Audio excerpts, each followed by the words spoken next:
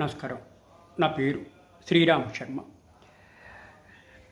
Central Delhi district commission consumer court ఈ విధంగా తీర్పిచ్చింది.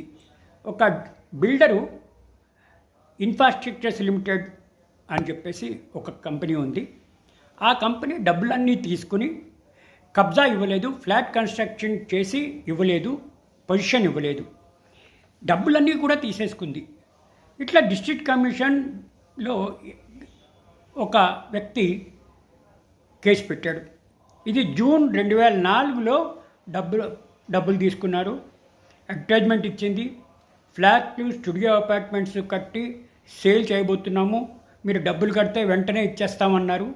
ఆ ప్రకటనకి చూసి స్పందించి ఈ విధంగా డబ్బులు కట్టారు.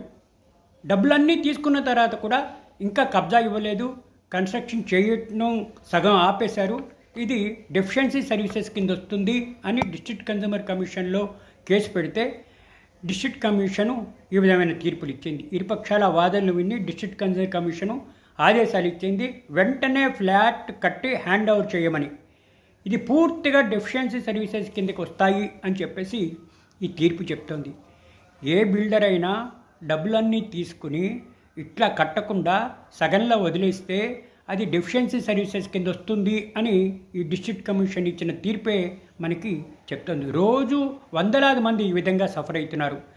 ఇట్లా డబ్బులు తీసుకుని సగంలో ఆపేసి వదిలేయడము, వేరే ప్రాజెక్టులు స్టార్ట్ చేయడము ఇట్లా చేస్తున్నారు. డబ్బులు కట్టిన వాళ్ళు చాలా నష్టపోతున్నారు, వడ్డీలు కట్టాల్సి వస్తుంది వాళ్ళు తీసుకున్న అప్పులకి అని ఈ తీర్పు ద్వారా మరొకసారి ప్రజలందరికీ తెలుస్తోంది. Thank you.